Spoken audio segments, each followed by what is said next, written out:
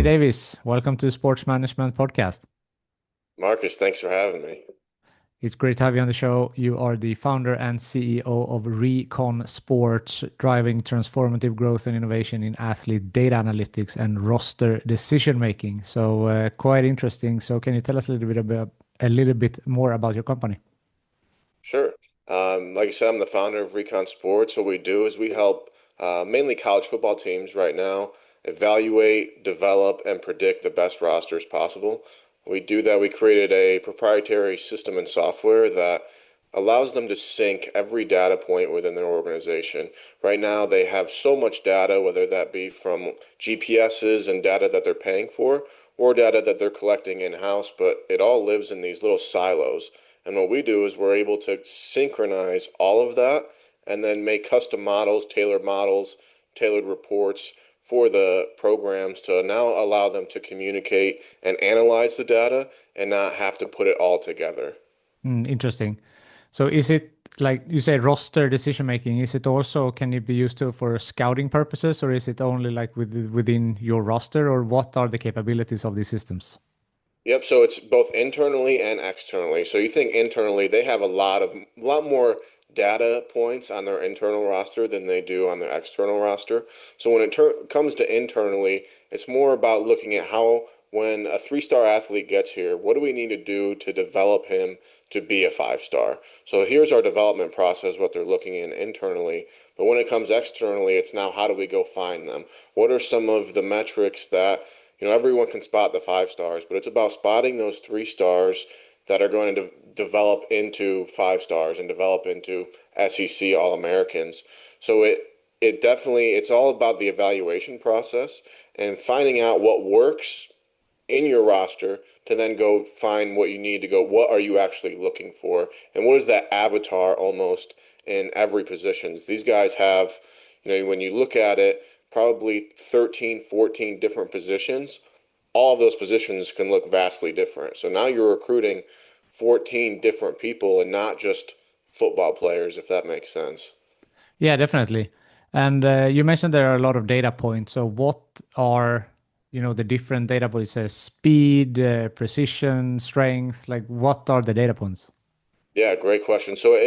I like to categorize it into two different categories for the data points.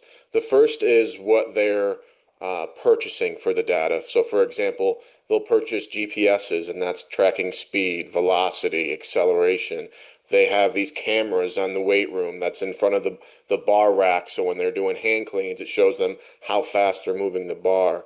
From cognitive assessments to now on-field performance and actually tracking X's and O's on the field.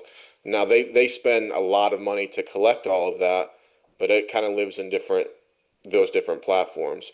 And then when you look at the other category, data being captured in-house, that's like custom metrics that they're filling out. Maybe if they have like a late system, if he's late, or an attendance system, or just measurements, or something that's easy to track. They have all of these different metrics now living just in their Excel or their OneDrive that's maybe custom to that program. And then all of that is now blended together. So we're looking at quite literally hundreds of different metrics, maybe even thousands if you really got granular with it, from every single aspect, whether it be the weight room, the speed, on field cognition, you name it, they're tracking it. Yeah. So with Recon Sports, like when you're doing a startup, usually you want to solve a problem, right?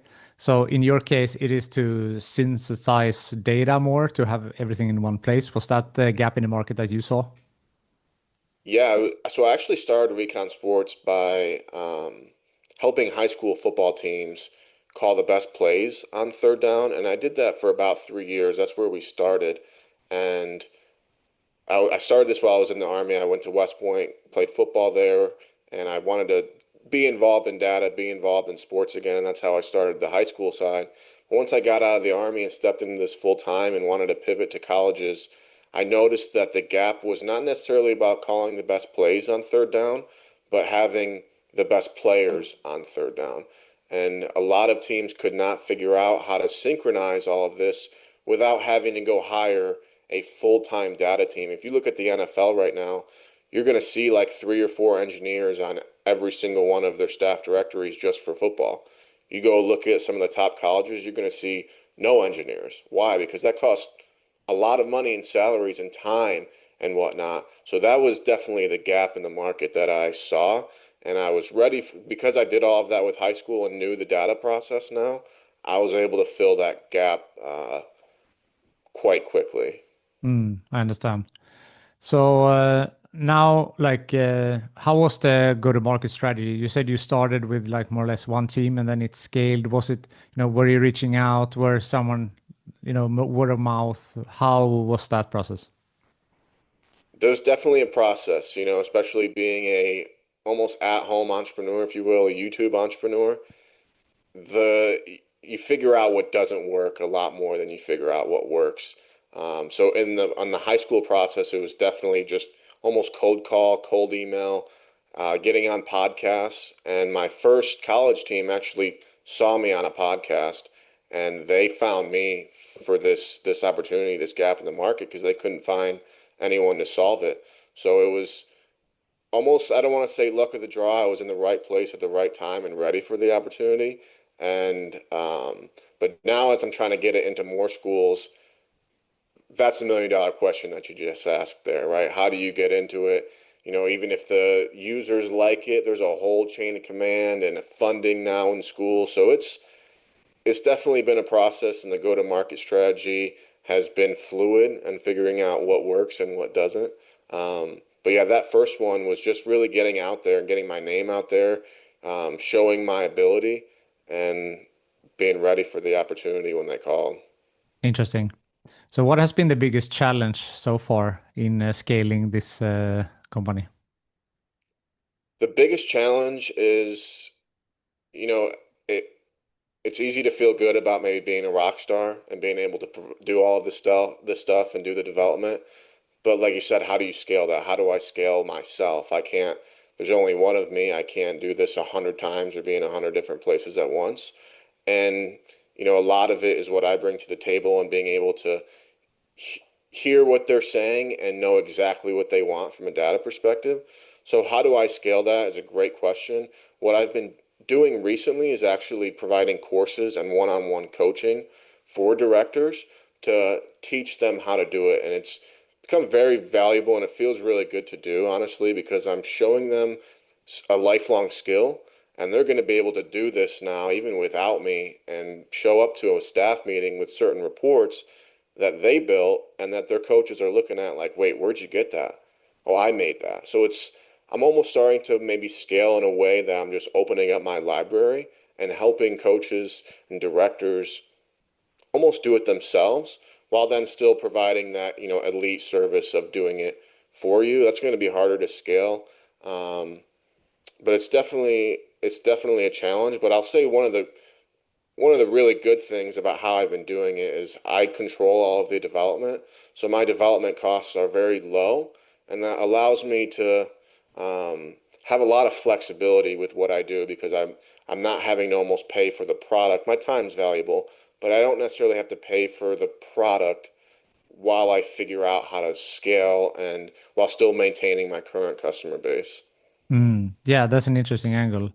And yeah, you mentioned, product development and technology is ever evolving, right? So how are you maintaining, agility in product development with, keeping up with the fast pace that is technology? Yeah, we're in an interesting spot right now, for sure, with the technology and AI. And I say it's almost interesting because I don't think it can do what they're necessarily marketing yet. Like the ChatGPTs, the AIs in general, they hallucinate, especially when it comes to calculations.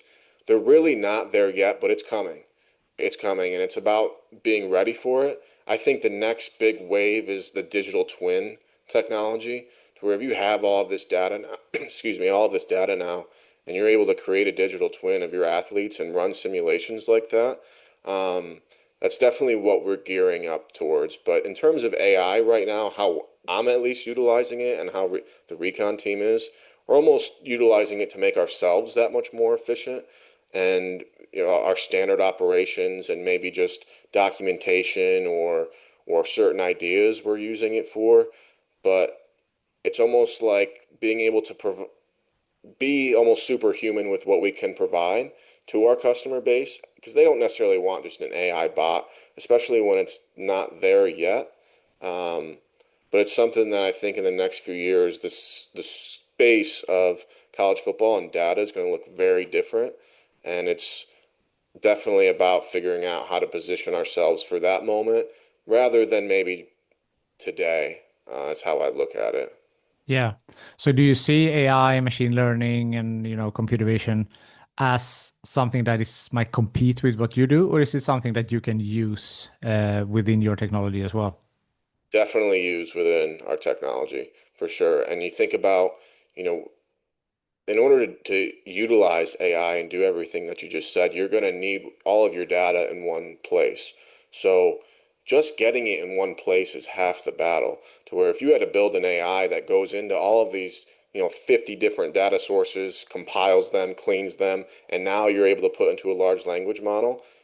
If we have that and now we're able to put that into a digital twin technology, I think it's going to be you can't do it without it. I'll say that. So unless you have a system that can compile every metric within your organization into one place and then plug it into a large language model and utilize the I don't think you're going to be able to do it, at least not in the near future, because it's just not going to be that good yet. Yeah, I would agree with that. And talking about managing risks is ever evolving.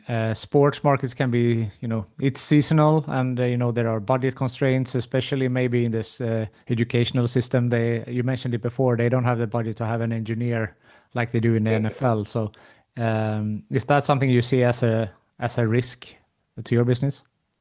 Big time. Big Mm. time. And it's definitely, I don't see myself being in the sports world for forever. It's kind of like my niche right now. I want to almost be really good at that and get a solid base with it to then expand into the other verticals of the data world, not just being sports, but you ask anyone at any big organization, everyone has the problem where they have all this data and all these systems and they don't talk to each other. So it's really about I want to solve that problem long term, but being in the sports space is definitely um, I think risky is a fair word because, like you said, the budget's ever moving. The coaches can. Penn State coach just got fired. They paid him $56 million to fire him. Now I'm sure their entire product line and what they're doing is going to change with the next group that comes in. Um, and on top of that, there's a lot of other sports, but the other sports don't necessarily have the budgets that some of the high revenue producing ones do, like football or men's basketball or maybe even basketball. So navigating that is definitely a challenge and a unique challenge. But I think that could be anywhere. If you were to go to the DoD space, try to get into DoD contracts or defense, you're going to be in the same battle. I think with maybe private organizations, you're still going to have to do a level of education and they're going to have budgets. So while the process of how I go about it might be different, I think the problem is going to be there no matter what vehicle or vertical that you want to go into. Mhm. So where do you see the potential except for sports? Could it be in, as you said, like in the military or in the healthcare system or in, in private businesses? Yeah, so actually right now I have something called Recon Digits. It's not being advertised or anything yet. It's just allows me to do it in different verticals. And I work with an aerospace company right now that has everything to do with we're talking about athlete performance. Now we're talking about employee performance. And what are they hitting their planning goals? Are they hitting their overall strategic goals? What does it look like? They have all of these different programs, and you look at some of the top level executives now in charge of this data and in charge of presenting it, they have the same problem. They don't have a staff of data engineers, or they're not set up for this. So now they're having to do it themselves, figure out Excel, figure out this, compile it. And then they do all of that work. And what's crazy is it just kind of vanishes because they can't reuse it. It doesn't refresh. It's not a living report. So I've noticed it in the aerospace, but I think everything from different just organizations, like I said, that have these data points and have these that have the constraint of they can't go hire multiple engineers, but want to have a different solution, can really be any vertical that uses data, in my opinion. Hmm. So now in your company, is it you, just you, or do you have employees as well? I have employees as well and strategic advisors, and I've almost set up my company to be like a practitioner or a doctor's office, if you will, to where I do all of the development and I'm the lead on that. I almost have my company set up to where everything else I almost have employees to focus on that. So where I can focus on the high level development and making sure that my time is being maximized while not having to do maybe 10, 15, $20 an hour tasks. I have all of that taken care of. And then some of my strategic stuff, my long-term planning, stuff that I just don't know about running a business or high-level technologies, outlooks. I have advisors that help work with me and coach me through that. And what does my long-term plan look like? And then being able to zero in, have all of my day-to-day kind of taken care of. And I can just, make really big moves or really big actions rather than just 100 small actions. It's kind of how I have it set up. Hmm. No, I like that. And then it seems like you are not micromanaging, right? You are focusing on what you need to do, and then you hire the right people to do the other tasks that needs to be done. Yes, exactly. So how, Exactly. Now, again, how do I scale that way? Great question. But, I almost really I like learning about the models of like high-end watches or high-end purses or high-end products that it's almost like kind of small mom and pop shops and they don't sell to everyone, but they keep their product and value very high and they know how to do the system and they love doing it. They like making those watches. They like making that type of, whatever they create. Maybe this is what I do with that, and I maybe if I was to mentor just a couple data engineers to help take it and being able to utilize AI to maybe even possibly even replicate some of the stuff that I'm doing maybe in the next 5 to 10 years. Um, I'm not overly concerned with scaling right now, to be honest with you. I'm more so, I just want to maximize my knowledge, maximize the value that I'm providing. Love what I'm doing. I absolutely love this stuff. It's such a blessing and a blast to be able to wake up and do this every day. So that's almost what I'm focused on right now. But I realize that the scaling piece is going to be necessary. Um, and I think with technology and just analyzing the market, keeping going how we're going, I think I'll definitely figure it out. But that's kind of the boat that I'm in right now. yeah. No, that's an interesting take on it.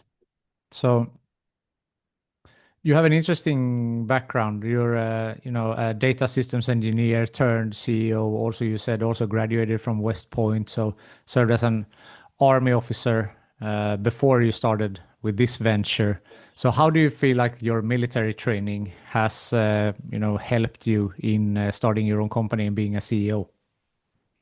It's helped me tremendously. Going to West Point, I didn't learn any of this stuff at West Point. I learned the systems maybe a little bit and the leadership. Definitely not the business side, but what I walked away when I graduated from West Point that day really taught me, and I realized that I can do anything that I put my mind to. I can go out and figure anything that I want to. And it was like, okay, now that I know this, I can almost take full control of what I want to do. And the goal was never to maybe make my own company. It was, I had to spend 5 years in the military. And it was, what am I going to do after that? I want to do something in data. I want to do something in sports. I'm just going to start taking classes. So for 5 years, I had a 9 to 5 job, but then I worked on Recon Sports from 5 p.m. to 9 p.m. almost every day. And having that knowledge and then seeing the value and just taking one step at a time, it morphed into a company. Um, but having that foundation of being able to know that I can figure anything out, any problem out, I can figure it out one way or another. It's almost like a double-edged sword because knowing that, it's all your fault if it doesn't happen or if it doesn't work or you don't take a chance. But on the other side, you know that if you do and if you're persistent and you have the perseverance through it, you're going to be able to figure it out. And I'd say that's the biggest thing that I take with me from my military experience. Mm. So anything in terms of your leadership that now when you're managing employees? For sure, for sure. And it's a little bit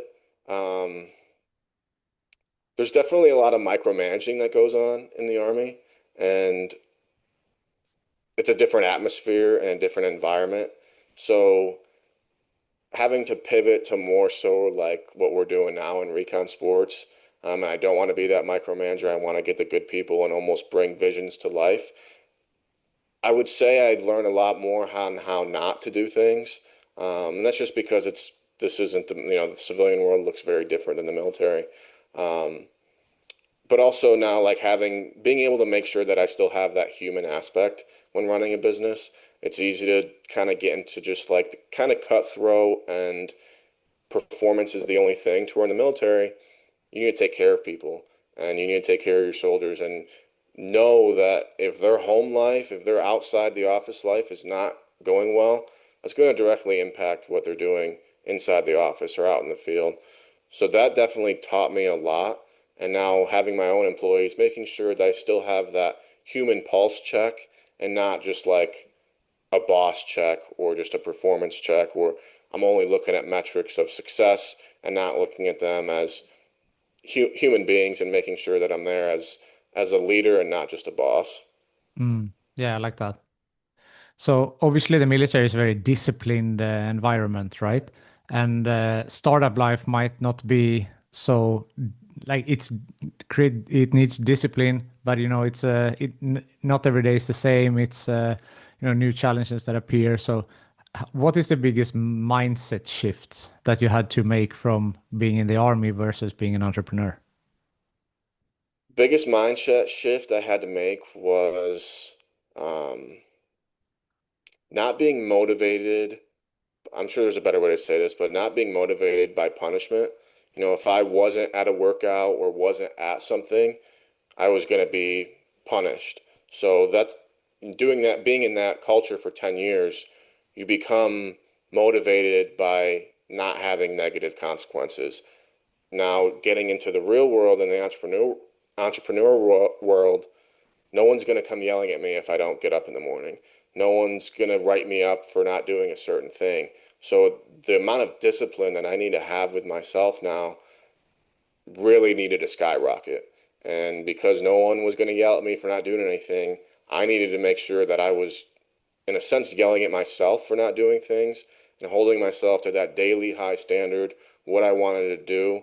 Um, that was definitely the biggest shift. I remember like the first couple months that I was out was very strange because it was like, wow, now I can wake up whenever I want to. Like, what time do I kind of wake up? What time I get to choose what time I wake up now? Like, do I want to be an early riser? Do I want to get up at 8? Like, just that couple months of like, it was kind of weird. And it might sound kind of like, wow, what time are you waking up? But it's like after being there for 10 years where I had no choice what time I was waking up, it was definitely different. Yeah, it sounds a little bit like an athlete as well, that when you're an athlete, someone tells you where you need to be, when to eat, when to go up, when to practice. And post-career, a lot of athletes are struggling with that to, take charge of their own life and what to do and having that type of discipline. For sure, for sure, and you see that a lot. And now with in the college football world with NIL, college athletes are getting paid a lot of money, and um, being able to set themselves up for success once they leave that organization is huge, and they have the money to do it, and they can kind of step into a world that they dictate. And what's really cool about being in this space is the player development at these colleges are through the roof. They're tracking everything, not just on football, but their entire life to make sure that they are set up for success once they leave that organization. I was talking to one player development guy the other day. It was like we had 5 guys get drafted this year, but I had 25 guys go out into the real world. I want to make sure that I'm confident in those 25 guys going out into the real world that they are set up for success. They're young men of character, and they're going to be able to make that transition into real life. Yeah, no, that's definitely a challenge for, as you said, both in the military, but also in the world of sports for sure. Yeah. So, we have talked a little bit about your background with the data and systems engineer, but going, way back, like when did this interest for data start? When did the sports interest start, and how has your journey been up until this point? So my dad was always really good with Excel growing up, and maybe I kind of took after that, or I was able through college, like when I had to do different projects, I could always call him and he would help me through it. And then I would always just like I would be my own, I'd make my own little personal finance book, and I enjoyed doing that. So there was always this intuitive passion for it. And then obviously with sports, playing football all of my life, getting recruited to be to go to West Point and play there. I knew that I wanted to be back around it. And the first summer after I graduated West Point, I was home for 2 months. I went and volunteered at my alma mater high school, and I was with them for the entire summer, for 2 months of summer. So with their summer training and then their summer camp, and just being around that, it was like I want to have this still. I want to make sure that when I leave the army, because you being in the army, you definitely get that sort of bond, that chemistry, that atmosphere. But I wanted to make sure that I didn't want to go to the corporate world. I wanted to be involved somewhere in sports and data. And I think I just used my passion to kind of drive that. And when I had this vision of wanting to maybe start a company or do my own thing, I looked at it as, it takes 10,000 hours to master something. And at the time, I had about 4.5 years to put in 10,000 hours. And doing the math back then, it was about 8 hours a day that I would have to put in to make sure that when I left the Army, I was an expert in this. So I did not hit 8 hours a day for 4 years, but I came damn close, and probably like 4 hours a day at least, maybe even some on weekends. And then bringing on advisors, bringing on, even investing my own money into help in courses and bringing on someone to teach me. Um, just all of that. And it never really felt like work. It never felt like I was going home and had to do something. That's what I was looking forward to doing while I was at work all day, to be honest with you. And even at work, I was being an Army officer, you're in charge of maybe $4 million worth of equipment at a time. And they literally give you this binder this thick of just papers of all the equipment that you're in charge of, equaling $4 million. Now you're in charge of $4 million worth of equipment with this binder and just all of in these containers worth of equipment that's being used going to the field. You're signing out to people, and it's just a manual process to say the least. And I built my own data system just for that, my own internal management inventory, who I was signing it out to. Like, so all of this, I looked at it as an opportunity to apply my passion to certain problems that I was experiencing and then wanting to be in football. And it just, that constant for 5 years led me to really be a subject matter expert without having to necessarily lean on the college experience to learn all of this stuff. I literally learned through self-teaching, but also putting myself to have hands-on experience through certain projects or things that I was hunting down, and not just maybe from an academic standpoint where you just learn it textbook format. I really got to learn it by applying it. Yeah. So, in chasing these 10,000 hours, was it always in your mind that you wanted to be an entrepreneur and start your own, or was there also a thought that, you would be a master in this and then take a job at a sports data company? I think my first thought was to be an employee somewhere, whether that be at a team, a sports data company. I just wanted to have the knowledge and have the value to where I can go do that. And then once I started getting high schools calling me, being able to sign certain schools, and then learning about how to start a business and bringing on advisors and realizing the opportunity that and advantages that come with owning your own business and being your own boss and having that sort of lifestyle. Once I started to learn what that was, because I never knew what it was growing up, I didn't even really know you're not taught that in public high school. I'm from upstate New York. You never were taught that. West Point, you're not there to be an entrepreneur. You're there to be trained into an Army officer. So you're not really taught entrepreneurship then. But once I started to learn about it and talk to people that were entrepreneurs and start getting mentored and coaching, it was like, I really want to seize this opportunity. And it was one of those things where being in the Army really helped me to where I didn't necessarily have to like leave my, if I would have waited when I left the Army to now jump into it, I'd be working in corporate America right now. I really took advantage of the security that I had as being an Army officer in terms of a paycheck and the time that I had because I had to serve 5 years. I really utilized that time to, once I got out, it was no question for me to jump 2 feet in. Like I had put in the work, I had the vision, like I was ready, and I was able to jump and be ready for an opportunity. If I didn't do all of that or didn't go through just the learning process of this, I wouldn't be here today doing having this conversation. Hmm. You mentioned mentors. So how did you find them? Was that someone that you reached out to actively, or was this someone you already knew, or how was that process? Um, both. Some family members some aunts and uncles that I have that are very successful entrepreneurs. Um, One of my roommates at West Point, I was telling him about my idea. His uncle was a venture capitalist who helped me through some of the business and operation stuff for a long time. Certain West Point grads, my dad went to West Point. His classmates would mentor me through this, and we'd meet once a week and talk about the business side, the sales side.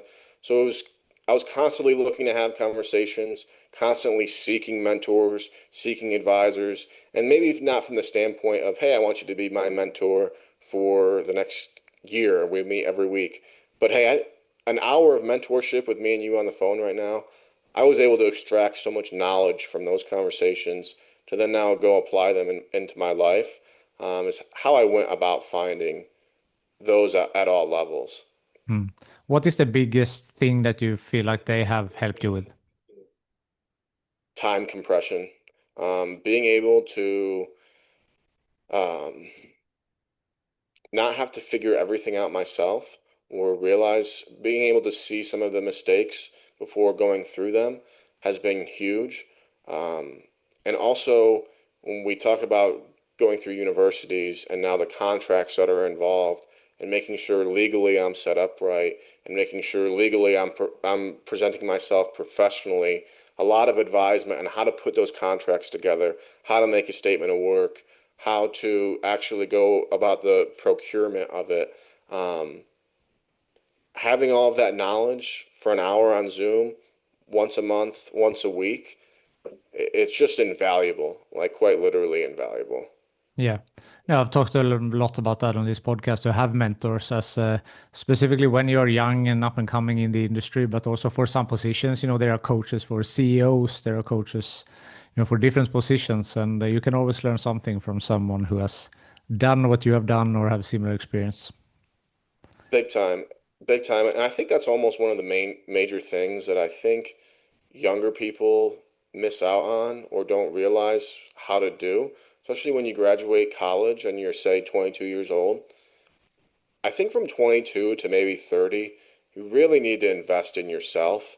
And that looks a lot different for a lot of people. And we're not really taught on how to invest into ourselves. But I think one of the first things is investing, even if you got to pay this person or sign up for one of their courses or something like that, investing in a mentor to help you along a process is like one of the best things that you can do in your 20s, not for your life, but especially in your 20s to figure out what you want to do in your 30s and not just kind of go into a system. I think I wish that in school they taught that a little bit more and how to follow your passion, but also invest in your passion, invest into yourself, become more valuable. And there's nothing wrong with the corporate life, but you still need to invest in yourself if you're going through a corporate ladder because you're competing with everyone else climbing that ladder. And if you can bring value that they can't, that's how you advance and get paid more and go up that ladder that much faster. And having those mentors for the time compression, I think it's very underrated. And, people might ask, how do I find one? Where do I look? It's kind of just like being a good human being and maybe just calling and asking for help and being honest and being a little bit vulnerable. And once you do that enough times around the right people, people want to help you, especially once for, people that have done it, they want to help, the previous generation or the next generation. Um, Definitely an important thing if you're going to start your own business or you just want to be ultimately successful throughout your entire life. Yeah. And it's never been easier to connect with someone, right? You have LinkedIn, you have Yes, the internet. So, you can just send an email or send a message on LinkedIn. And the worst thing that can happen is you get a no or they don't get back to you. And it takes you a couple of minutes to write it down. But apart from that, you have nothing to lose, right? exactly. And with LinkedIn, you can go literally filter all of the people that maybe went to your alma mater or went to your dad's alma mater, or sir, you don't want to just want to reach out randomly, but hey, what are some points of commonality that I can find? I can literally go and filter that on LinkedIn and then kind of have a little bit of a personalized message. Hey, we went to the same school. I'm looking for advice in this. Can we have a 45-minute conversation where I just ask questions? Now, I think a big portion of that mentorship is realizing that they're not just going to give you the answers, or you're not going to show up to a call and they're just going to hand you a magic booklet and be like, this is what you need to do. You need to know the questions to ask and then know how to put those answers into action. That's very crucial. And because if you just show up and it's like, okay, Marcus, what should I do in my business? How do I be successful? No mentor out there is going to be able to help that. But if I came to you with strategic questions, I'm thinking about it, I'm working it. Hey, how do I make a podcast? I'm having a hard time here. Have you experienced that? That's how you maximize mentorship right there. Yeah, definitely. I love that. So, in your career, has there been any bumps on the road? And if so, how did you overcome them?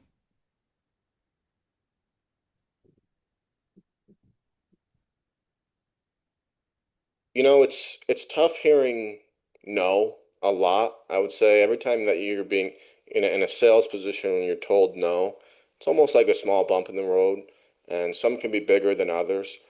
And I've realized that really, whenever you're hearing no, has nothing to do with them and everything to do with you. So every bump in the road, it's really analyzing and looking at myself in the mirror, my actions, my strategy. Something's wrong with the strategy, right? It's being able to separate the vision from the strategy. If I want to go do something and I want to sell data analytics and change lives that way, but I'm communicating it one way, but someone's not really listening to it or doesn't see the value in it, I need to adjust my strategy of how I'm communicating it. How am I going about articulating the problem? There's something wrong with my system and process, and any bump in the road that I look at and really reevaluate. And also, I looked at, from a sales perspective and being told no a lot, being in a military environment, being in an athlete environment, you're heavily driven off of performance. And you feel really good and you're in a good headspace if you're performing well. And the same goes from an entrepreneurship. So it was almost like kind of, I needed to untie my relationship with like performance and success, because not performance, I'm going to get wins and losses all the time, but those losses can't define how I value success or how I persevere through or how I look at a situation. I would say it's like almost a bunch of micro bumps in the road. I don't know if I've had one big one yet, at least, which probably means I'm not making enough noise, but I've had a bunch of like little micro ones that, having that confidence, having that reflection, having those strategic partners and advisors, I'm able to navigate pretty confidently. That's good to hear. And I mean, there will always be small bumps. And you mentioned the no's. It's every no is one step closer to a yes, right? So at some point, it depends on how you look at things as well. For sure, for sure. And you look at so many things of, Thomas Edison making the light bulb. How many times did he fail making the light bulb? And, he literally said something like he found 240 something ways on how not to build a light bulb, right? So he could have quit after any one of those or just given up, but he went back to the drawing board. back to the engineering room and figured it out. And that's just kind of the mindset that you need to have. Yeah. For people listening that might want to do a similar journey as you or get into the sports industry, what is some advice that you would give them? You definitely need to learn a skill and you need to be an expert in that skill, no matter what it is, if it's technology, marketing, um, engineering, coaching, consulting. You need to have a lot of value in one skill to where you can either now use that skill to invest in your own company, just like I'm doing right now. I took my skill of data engineering and software, and I'm investing that skill into my company. Or now I can, if I really wanted to, I could take this skill and go to another data company and say, hey, this is the value that I provide. This is my skill set. I'm a subject matter expert in this. And it's tough because that's being a subject matter expert does not happen over time or happen quickly. It definitely happens over a long period of time. So just almost finding something that you're passionate in, that you're able to stick through to develop that skill to now, if you want to go be an entrepreneur, great. If you want to go work for a company and be a W-2 worker and have, do that job set, great. But it gives you the option now. If you don't have a skill, if you don't have a certain skill set, there's not a lot of options for you to choose from, and you're almost dictated now by the market, or you're dictated now by your boss, and not through your own value, or you don't really have control over your vision. So I would definitely say you need to learn a skill set and be very proficient and very effective in that skill set, no matter what it might be. Mm. Yeah, I like that. It's a good one. It's because it's always the like generalist versus specialist discussion, right? But at least you say that you should have one skill that you're really proficient at. Yeah.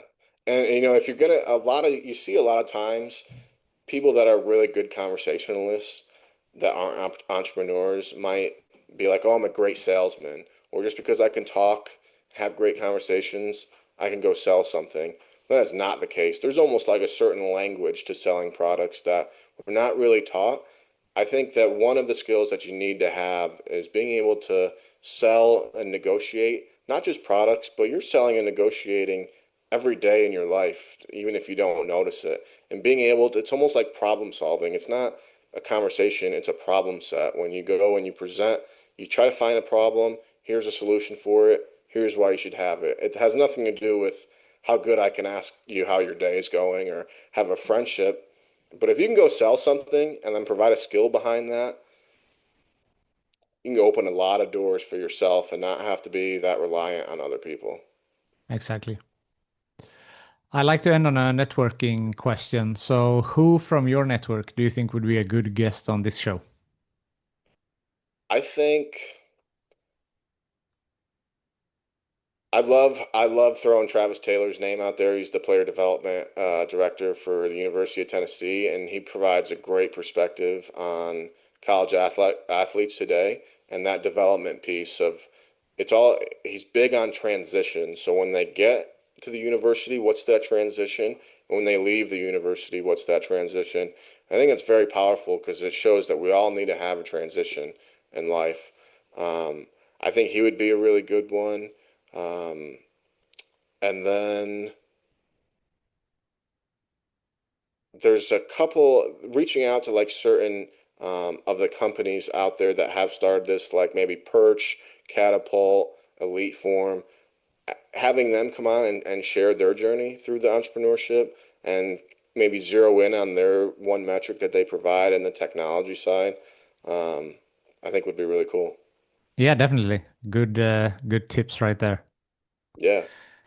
Danny, thank you so much for taking the time to be on Sports Management Podcast. Thank you very much for having me. This has been a great conversation, and best of luck to you in the podcast.